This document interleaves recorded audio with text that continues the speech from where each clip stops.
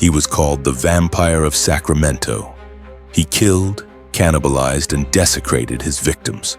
A paranoid, schizophrenic serial killer whose twisted mind blamed it all on Nazi UFOs.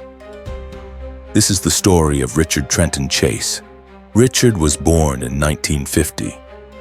His home was filled with abuse, violence, and neglect. As a child, Richard showed signs of deep disturbance. Bedwetting into his teens, fire setting, and animal cruelty. 3 signs of a future killer.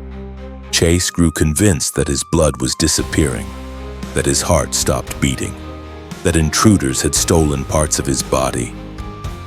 These delusions grew stronger with drugs and isolation.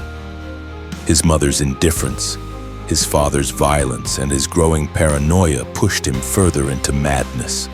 Richard's behavior grew darker. He tortured animals and drank their blood, convinced he had a disease eating him from within. His mind became a prison of delusions.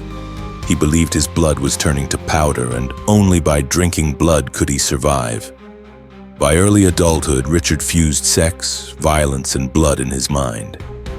He could not feel arousal without death. He stalked women, fantasizing not about love, but about killing. For him, intimacy meant control, mutilation, and drinking blood. His desires became nightmares made real. He broke into homes, not to steal, but to kill. He never forced entry. If the door was unlocked, he believed it meant he was allowed inside.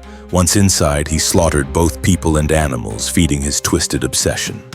When police finally caught him, what they found inside his apartment scarred them for life. The walls, floors, and counters, everything was covered in blood. Eating utensils were smeared in red. On the counter sat a blender filled with remains used to create grotesque smoothies out of human organs. In the refrigerator were body parts. He kept leftovers of his victims, stored beside animal remains. On December 26, 1980, Richard Chase was found dead in his cell. He had overdosed on medication. From a broken child to a monster. But history remembers him as something far worse. He was more than a killer. He was a man consumed by madness and fed on fear, blood, and death. Proof that sometimes the scariest monsters don't hide under the bed. They are real and walk among us.